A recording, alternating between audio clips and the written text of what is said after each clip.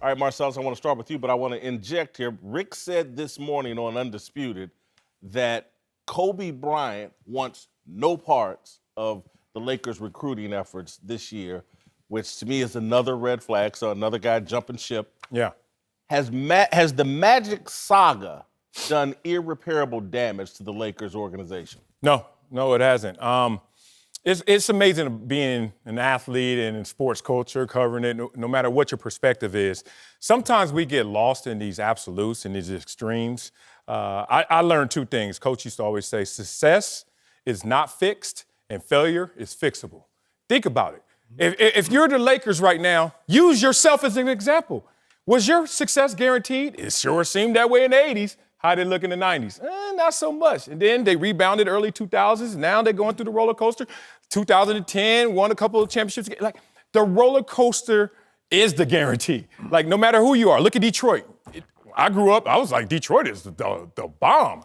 What happened to Detroit? Chicago, oh, amazing. Jordan, where are they now? So this can flip as quickly as it did flip on the Lakers. So in terms of the damage caused by Magic Johnson, it's temporary. I actually think his cachet brought them to a greater place than what they were after the 4 losing seasons. So Magic Johnson, his last 2 years, brought the greatest player on this planet to the Lakers, helped the brand out. But in terms of damage, you got to weigh the pros and cons, but I think they'll be fine.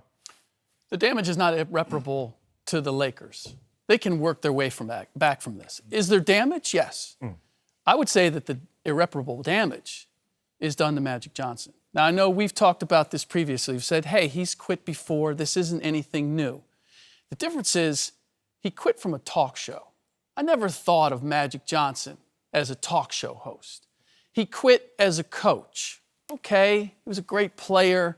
What I've always thought was he was a leader. I always thought he was a businessman. I always thought that you could count on him and in his realm of expertise. This was supposed to be his realm of expertise. And now, to go on not once but twice and to savage this franchise, you're burning the franchise down for your own good, to save your own image. And to me, that's not what I associated with Magic previously. It was all about he was the guy who made everybody better. He was the guy who went into the urban areas and started Starbucks. He was the guy who dished the ball. He made it better for everybody else. Now I am seeing a side of Magic Johnson that is selfish as anything I've ever seen. And that, to me, is there irreparable damage in this situation? I think the issue is two things. One, I think it damages him more if the Lakers move on to be successful right away after this, right. Okay? But let's think about Magic in his business career. As a business owner, an entrepreneur, he has his hands in a lot of deals. So that means he's not engaged on a day-to-day basis in what he does. So that's the same mindset he brought to the Lakers. He told Jeannie Buss, I'm not going to be here every day, because that's how he runs his business. He has multiple partners that handle the day-to-day stuff. And then when he has to make a decision, he comes in, big guy, and makes a decision. So I think where he probably overestimated his genius was thinking that being the president, you can do that. And you can't, because as the president, you got to understand the scouting aspect of it, the recruiting aspect of it, what's going on the pulse of the team, what's going on in the corporate office environment. If you don't have your pulse on that, then you're going to miss the little things that it takes to be successful. And that's where I think Magic probably overplayed his hand. Jim, let me say this, Rick. I want to go back to why I think they have a civil war going on. That's why I think there's some real damage here to the Lakers. Because they've been down, and I know that they've had a war between the Buss brothers, sisters, blah, blah, blah. But now you have Magic Johnson, arguably your greatest brand on the Lakers. He's going after Jeannie Buss's head. And he's going after Rob Pelinka. And now you have Kobe Bryant. To me, when Kobe says, I'm tapping out, it's like Kobe said, wow, this is a wildfire that can blow any direction, and I'm not getting burned up in it. And then you toss in LeBron James is here with the last few years of him being an elite player on the line. this thing is totally combustible. Well, look, there's too many chefs in the kitchen, and I respect Kobe to just say, let me get out of here. Either I'm going to become a waiter and serve this food, or I'm just going to get out the restaurant right now and let this calm down. Smart play by Kobe. Think about it. Kobe, in his relationship with Magic Johnson, relationship with Rob Pelinka, relationship with Jeannie Buss, is hearing so many different things right now. The correct thing to do is say, I'm not going to side, I'm going to pause and let you guys figure this thing out together as big boys and big girls. I think that's an option. Right. But you can't install your agent and then say, I'm gonna bounce. Well, you know, in part, this is Kobe doing some brand protection as well. Yeah. But why? Because It's a mess. He's getting linked to stories that are true or not true. Yep. He's also he's the ghost consultant. And Kobe's like, wait a minute, I'm big enough to say I am or I am not. And I just think that his name is starting to enter into ways and circles that he doesn't want that. Well, so especially if you can see where this is headed, why do you want to be associated with something that is not ultimately going to work out if you have the wherewithal to separate yourself from it? One of the things he texted to me was, they keep trying to drag me back into this, and he does not want to be part of that. You made the point, though, that being the president for Magic, being the president of a team, you can't just be the overseer. You have to be in the weeds. You have to understand what's going on every level in every department. If there's any business that Magic should know that and have understood it coming into, it's this particular job, that he can't approach it the way he does his other business. And that's the part where I'm saying is that because he's been so far removed from the management side of basketball, that he's been heavily involved in the business side. That's been his approach on how he does partnerships, and he continues to grow his wealth. And I would say this, is the damage bad for the Lakers? Yes, because it's the Lakers brand.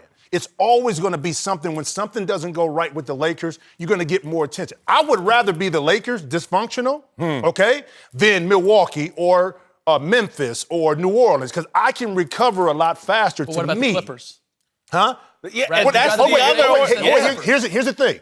Remember what happened with Sterling. When all of this was going on, we talked about, damage control and the fire, and look what happened. It got turned around. Yeah, they got Steve Ballmer, the richest man in sports. But it was a management change, right? And I'm not saying that things can't change with the Lakers, but they have to look within and put the right things in place. And if they can do that, then as the Lakers organization, you have a better chance to come out of this than a lot of other organizations. You just reminded me of another great point. Just though they're dealing with Steve Ballmer now, not Donald Sterling. And Steve Ballmer is as committed and has the right people, and Doc Rivers on TV looking great, sounding great, talking about Kawhi. They have everything buttoned up on the Clippers side, and everything's unbuttoned to the point that Kobe's like, deuces. But it's all money, good money. Just because you have salary cap space, that doesn't mean you go get the players you want. See, at the end of the day, teams have salary cap space. That doesn't mean you're going to get the free agent you want. Totally. You know what I mean? So let's say the Clippers screw up on free agency and don't land it.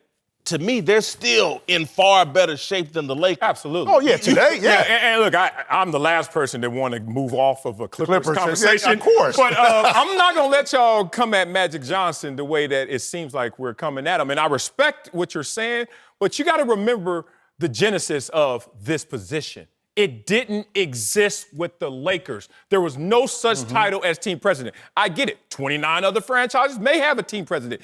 Jeannie was in a desperate situation. They had lost 4 straight seasons. Her dad was gone. There was a direct correlation of failure, her name, and what she has dropped the ball in terms of her father's legacy. What did she do in those desperate times? Desperate measures. Create a new position and then insert forcibly Rob Pelinka as his tag team partner. Magic's like, what's this? All right, well, you know what, Jimmy? I am not a day-to-day person. You know what, Jeannie? I am not a day-to-day person, but Rob will be. And then what Rob did was took that same position and tried to thwart himself beyond Magic's powers and backstab him. So why are we so mad at Magic when he already... Listen, I'm not mad at him. I'm just saying his mental mindset of the position. I want to be clear, though, in terms of Rob Pelinka backstabbing. All we've heard is there's gossip. That they gossip about me. I don't... If there's a boss who doesn't show up, I don't care whether his name's Magic Johnson or Bill Johnson. There's going to be gossip and employees talking about you. And again, this is where I say, I don't blame Magic for thinking he could do in this business what he's done in his other business. You know, kind of oversee from afar and occasionally. That's what he's been successful at. Again, Jeannie Buss, real people should you in the NBA, and now that Steve Ballmer has shown up, and now that the way the NBA is now with this analytics and where basketball has gone, it's not a job you can do in your spare time. So she should have never gave it to him. He should have never accepted it, because that is, people are living and breathing this stuff 24/7. And if you're not willing to do that, you've made a big mistake. And you damaged yourself and you damaged the Lakers. And now y'all fighting in public, calling each other's names and Rob Pelinka gossip about you. So what? Wait. But who started the public fight? Who was the first one to step out there and start to talk about the inside dealings of the Los Angeles Lakers? Magic. That's what I have a problem with. That he was a success or a failure, whatever he did in that position, however he approached it. Look, that's his business unless I was there on a day-to-day basis. I don't know the exact measure of that. But to come out and to say, I love Jeannie and I love this organization. And by the way, this is the most jacked up situation I've ever seen. And they wouldn't who are you serving here? Why take those shots? There's not a need to do that unless you're just trying to make it about, hey, it's not my fault.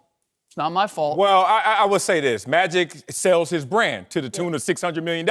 Last thing I can do is allow you to attack my brand, which is my image, which is my persona. So therefore, I will defend that even when I want to be silent. Once I hear abuse allegations, you force me out this corner again. But he came first. Okay, I don't know. There have been so many leaks. Depends on how much you cover the Lakers. I don't know what was leaked for with intention, what was leaked, and I'll help you with your point.